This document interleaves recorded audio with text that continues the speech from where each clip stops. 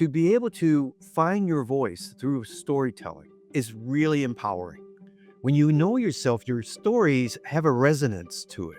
It has a tone, it has a color, even has a smell. All the senses. You have to really think about all the different senses that come alive when you tell a story. Everybody has the same ingredients. How do you make it different? How do you craft it? How do you display it? Plating is really critical.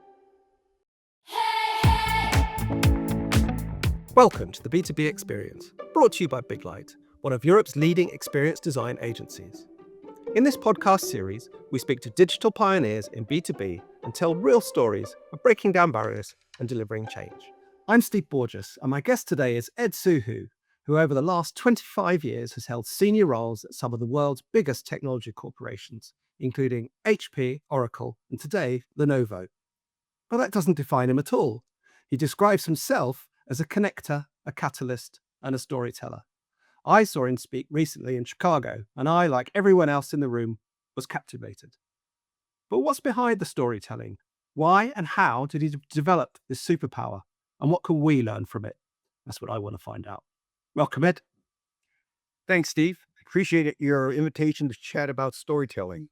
Has there been any common theme across all of those roles over that 25 years? Very diverse in a sense, but what's the common thread? The common thread, Steve, across all the different experiences I've had, um, would be more of, how would I say this? They were never planned. There was no ultimate framework or goal or path or, for lack of a better word, strategy in all the things that I've done in my career. Everything has been almost serendipitous, accidental, and magical. Where's the magic come from then? Every conversation I had in most jobs that I've applied for, the common comment back to me is, "You're really not qualified for this job." And I said, "Yes, I know." They said, "So why did you apply?" I said, "Well, I was just curious." And the fact that you gave me the opportunity to have this conversation sort of delivers on this magic of the opportunity just to learn more about the role, what you think that role is, and how I might be a fit for that.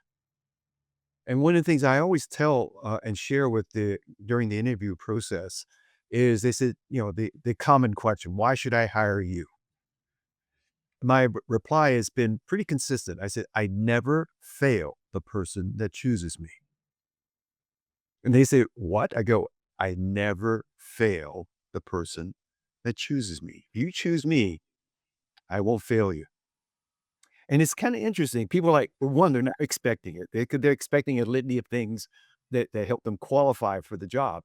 Again, remember, they said, I'm not really qualified. So I have nothing to say with that long explanation of skills, certifications, and things of that nature. I just basically share with them that when you select someone that you're not really sure of, what makes you want to do that? And you have to make them feel like this guy has magic. Don't know where, don't know how, don't know when, but this boy is a little unique. How did you become a storyteller? And how have you developed this craft? When did you have that aha moment to say, actually, this is a superpower? I want to be great at this. The superpower started early when I was a kid, right? When moving to the neighborhood, people have a perspective of who you are. So they treat you accordingly and so on. And being a small size Asian male, etc., amongst trees of large neighbors, kids, I found out that the only way to sort of, not would say appear to them, for them to pay attention, was to be able to share stories and insights and perspectives where they would listen and they say, hey, Suhu's kind of an interesting little boy. Right. And then I didn't realize that that was a superpower, for lack of a better word, or anything. It was just a matter of survival, actually. And what I did was in 2017, my first like 6 months into Lenovo, um, there was an opportunity for a sponsored 45-minute talk keynote in New York City to 120 CIOs. And no one in my company at Lenovo wanted to do this. Hmm. The executive vice president who had committed had an emergency and couldn't do the keynote. So the clarion call went out. No one responded. My manager called me. He goes, "Would you be open to doing this?" And I'm not knowing enough about the opportunity. I said, sure, why not?" So they loaded me up with the corporate presentation, 45 slides for 45 minutes. Worse yet, it was the deaf slot for speaking, which is right after lunch. And so when I looked at the deck, I go, "Oh my gosh, I can't do this." It's filled with company history, product roadmaps, technical jargon. And I looked at it, I said, "I'm not going to say anything that these CIOs have not heard before, which may have come from a different logo. We're all about the same." So I decided, and I called the event uh, owner, the moderator. I said, "I can't do this." He goes, "Well, what do you want to do?" He was very, very, very, very good with me. He goes, "What do you feel comfortable with?" I said, "You know what? I think I'm just going to tell stories." And he goes, "Really?" I said, "Would that be okay?" He goes, "It's your 45 minutes. You paid for it."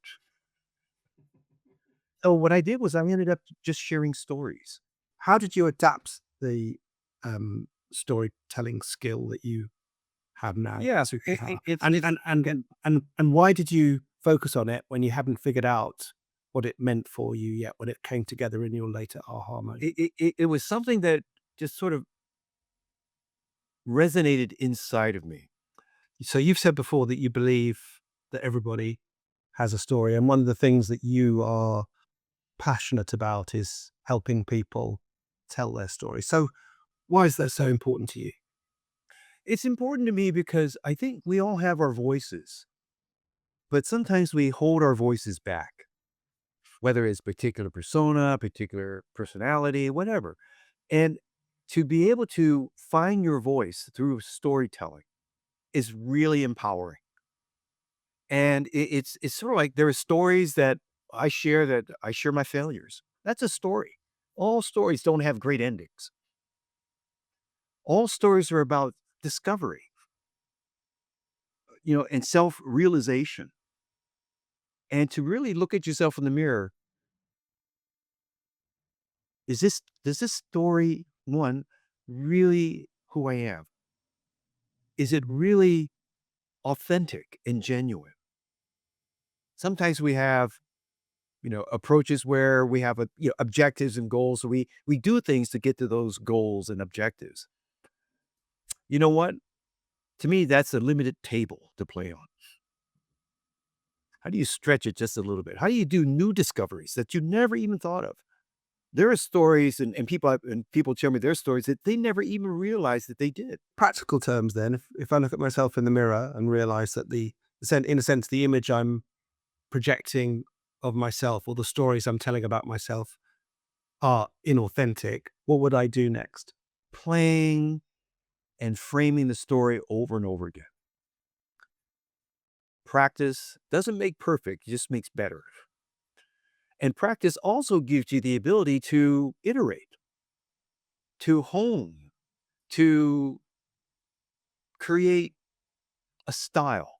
And that style could be a combination of pace, gestures, tone, nuance, and inflection. And these are all tools of a storyteller. The thing is, when do you use it? What is the best one for you? What is the best one for the story?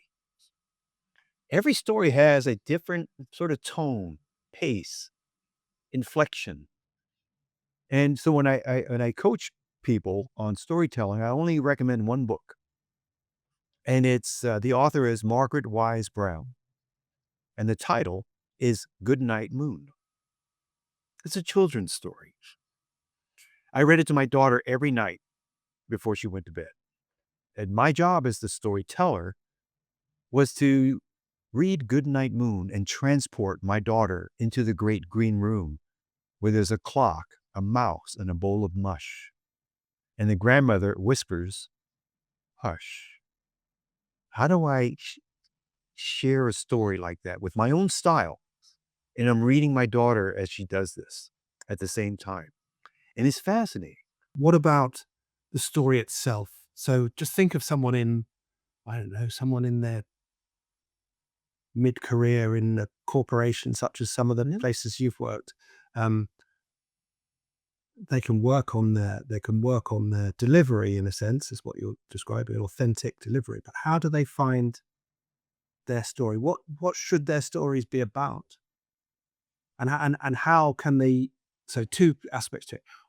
What should their stories be about, and when should they use them, and why? Yeah, the story should be about something you know really well because it'll be genuine and things of that nature. And that story is you. What is your story? What makes you different and unique? What are the compelling arc in your career to date? How did you get to that arc? And when you reached the arc of that crossroad, what did you do? How did you feel? What did you change when that happened? Who did you change? All these things are part of the story because that's the magic. Is you have to know what Pithe the oracle did at the temple of Apollo, right? She carved in stone, "Know thyself." When you know yourself, your stories have a resonance to it. It has a tone, it has a color, even has a smell, right? All the senses. You have to really think about all the different senses that come alive when you tell a story, right? People imagine things a little bit differently, and they feel something different. And so when you're able to look at yourself and tell an honest story with a little bit of creative juice to it, it's kind of fun. Because at the end of the day, the enjoyment is not the facts and figures. The enjoyment is, what did you feel when you heard that? We live in a world where people are becoming increasingly self-obsessed. And so the potential to hear about somebody else and be enthralled by their journey, presumably, is eroding. It is to an extent. And sometimes when they're self-centered, right? Um, types of, let's say, frameworks, I always kind of I don't want to change their mind. And I think it's important. My job is not to change your mind. My job is to have you walk away and ask questions of yourself, the situation, things of that nature. It's more for them to reflect, to cogitate, to ruminate. My job is not to change your mind. Storytelling is not to change your mind. Storytelling is to engage that one little element where you start to reflect. What about storytelling in a broader context to get specific things done? What would be your examples or your advice to people in that situation? Yeah, it's kind of fascinating. How do you find, I'm going to call them acolytes. How do you find people, disciples who take a particular framework? I did a presentation in Las Vegas about 3 years ago. It was 120 DevOps. I mean, structured application development types of skill sets and mindsets. 120. So I opened up by saying, show of hands, how many leaders are in this room? 3 hands went up, Steve, because they thought a leader was a title. I said, "That's very, very interesting." I said, "I'm gonna go through my presentation about leadership, team, etcetera, and I'm gonna ask you all the same question at the very end. So I go through it, I finish.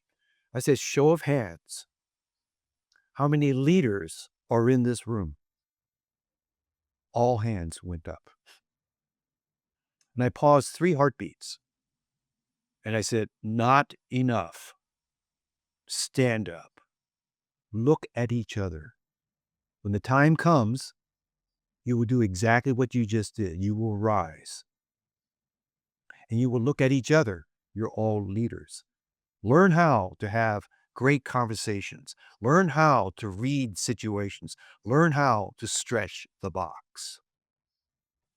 And I had a developer write to me 3 weeks later. He goes, Ed, I now look at my development constraints very, very differently. You helped me see something that I did not know that I had. You helped me see something that I needed to look beyond what I knew, who I talked to, and what I developed. Because I now develop very differently now because of what you shared. And I think that's sort of what I look for is to give people permission to end that story or to map that story to themselves. I want them to take that crossroad, that arc, that element. In B2B, there's overused terms now, right? Omni-channel and transformation. Oh, come on. These are great words that consultants throw out all the time to make money, right? To me, B2B is very simple. Who am I selling to? What is the algebraic expression I'm trying to accomplish? And someone said, what algebraic expression is that? I said, solve for X. X is experience. What is the experience you're trying to deliver? Upstream or downstream in your B2B journey? What does it look like? How do you develop the experience of aha moments as people discover things that you provide and deliver and make available? What is the story that they see? And I think that's the real key. To me, it's not about transformation. It is about the ability to be willing to adapt, the capability to overcome inertia, and the willingness to improvise and to learn from new things there are little small clues that customers will tell you, but they won't tell you at the same time. They'll hover over a product for a little bit and they're like, nah, I don't think so. They gave you a clue. Are you listening? Are you watching? Are you observing?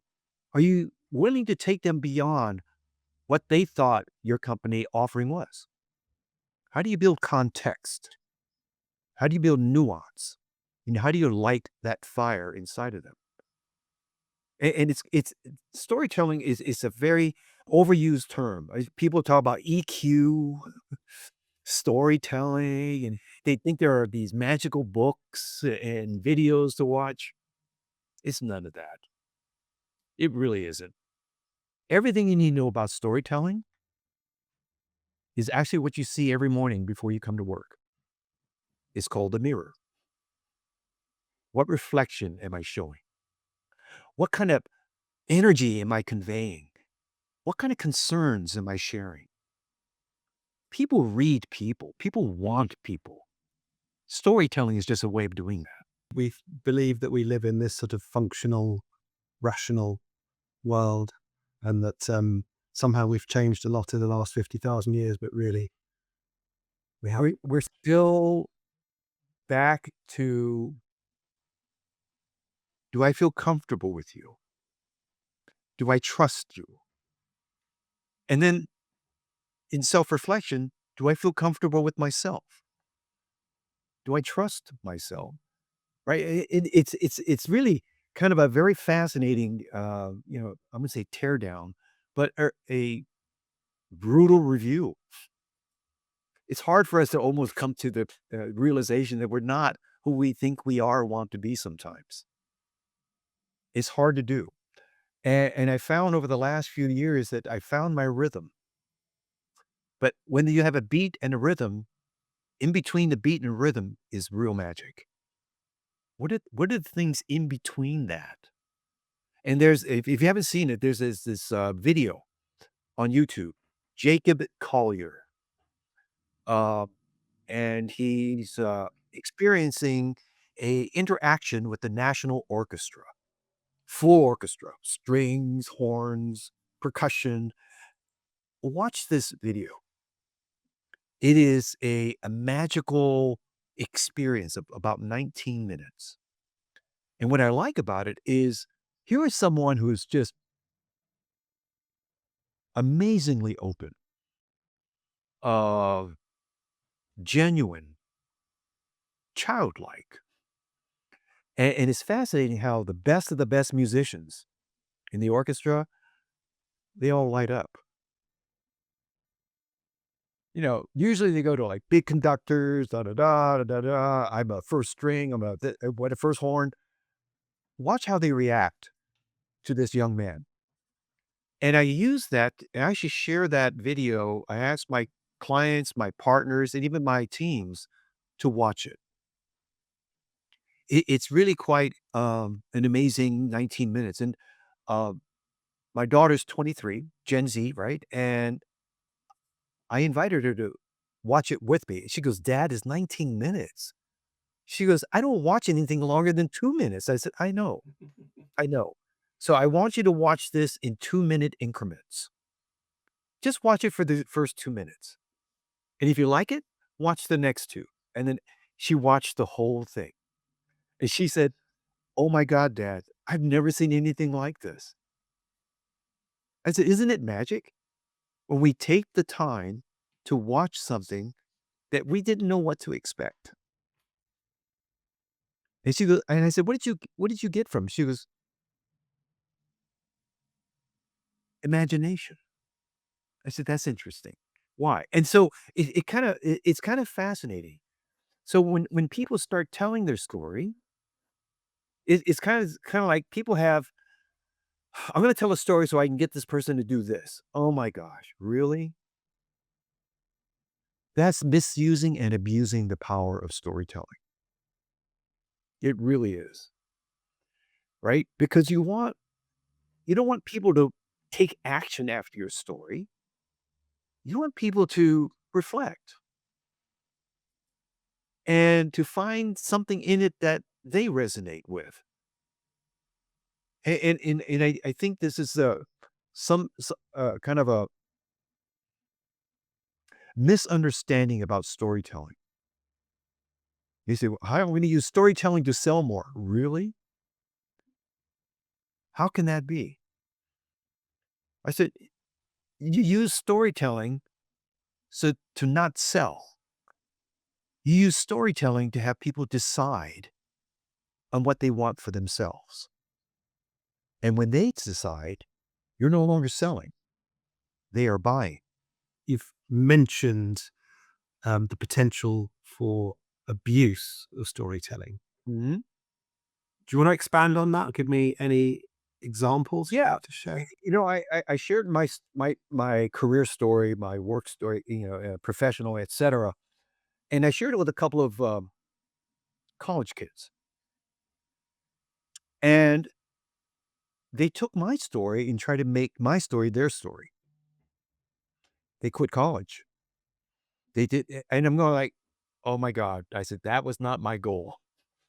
My goal was to reflect to you my experience and what I sort of, jumbled around in my life and my career." I said, "I don't want you to take my story to make it your story. That's not the goal." Right? I said, "Why did you do that?" "Well, you did it." I said, "No, don't do that." So I think what's really a responsibility for storytellers is to put a disclaimer. This story is not for everyone. This story is my story, not yours, right? So when I do my AI talks, I actually have a disclaimer. And the disclaimer is no engine or AI bot was used or abused in the creation of this presentation. The same thing about when I share my stories, I don't want you to take my story and to use it for yourself. And that's when it can go out of, I wouldn't say out of control. It's not the goal that I wanted. To me, my story are very personal. It's my DNA, it's my interactions, it's my unique outcomes. It doesn't mean that taking my framework will work for you. Please don't do that. I want you to go back, look in the mirror, and really reflect.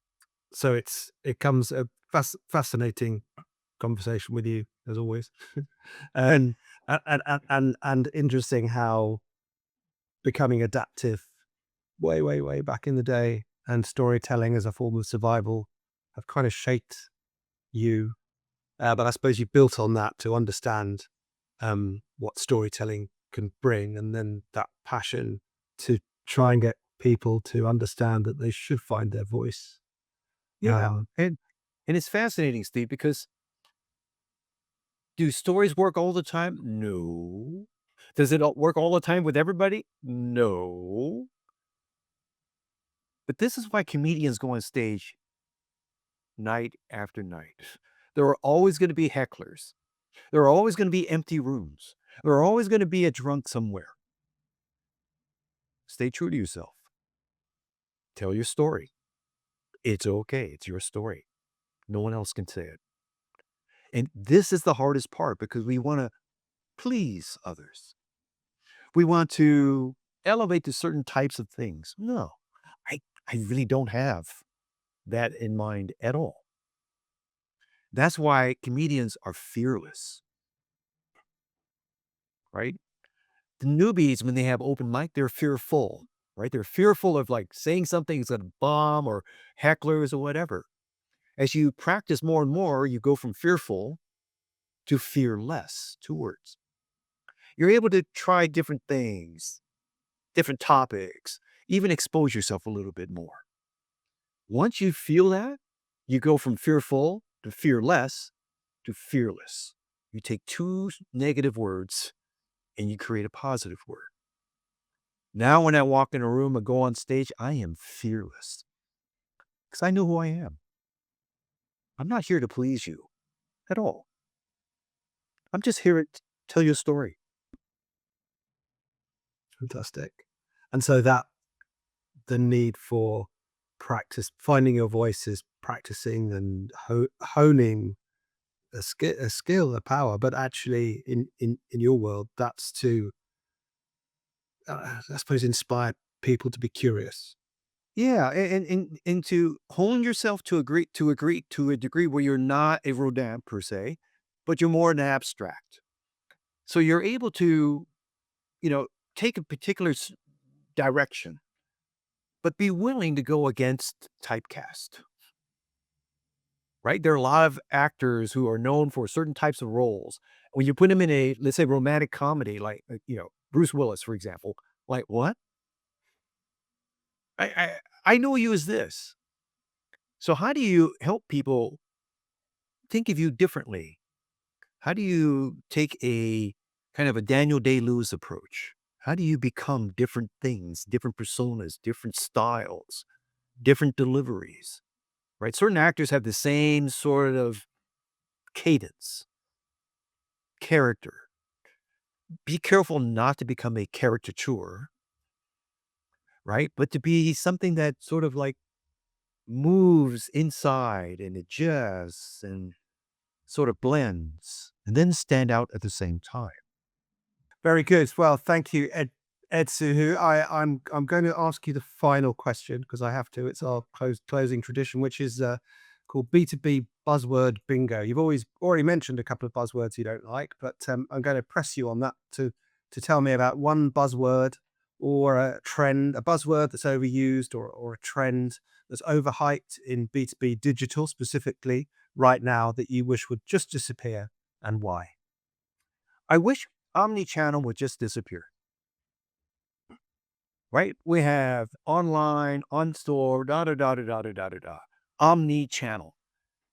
It's a journey. They aren't channels, they're a journey. How do we take this omni-channel that we craft into certain types of segments, right? And we put delineated actions inside, and then we cobble them together. It should be a journey that kind of ebbs and flows, that goes from class 3 to class 5 water rapids, that moves the client through that next bend around the corner, right? And we take these milestones, right? And we break them down scientifically, et cetera. Every journey is going to be a little different. How do you help the customer go through the journey, not omni-channel? I think omni-channel is kind of used to segment, to distract, I think, in many ways. And what you need to do is look and really understand the journey upstream and downstream. And they're all the same. They're not separate channels. I hate that. Good. So no more omnichannel. I'm with you on Great. that one. So Right. Ed, what can I say? Great conversation. So thank you very much for your time. I've loved it. Steve, my pleasure. Thank you so much for the opportunity. Well, that's it for this episode. If you enjoyed it, then please don't forget to hit subscribe and to share it with your network. And if you'd like to find out more about how Big Light helps its clients discover the needs of their customers and deliver experiences that meet them, then check out our website or follow us on LinkedIn. I'll see you next time.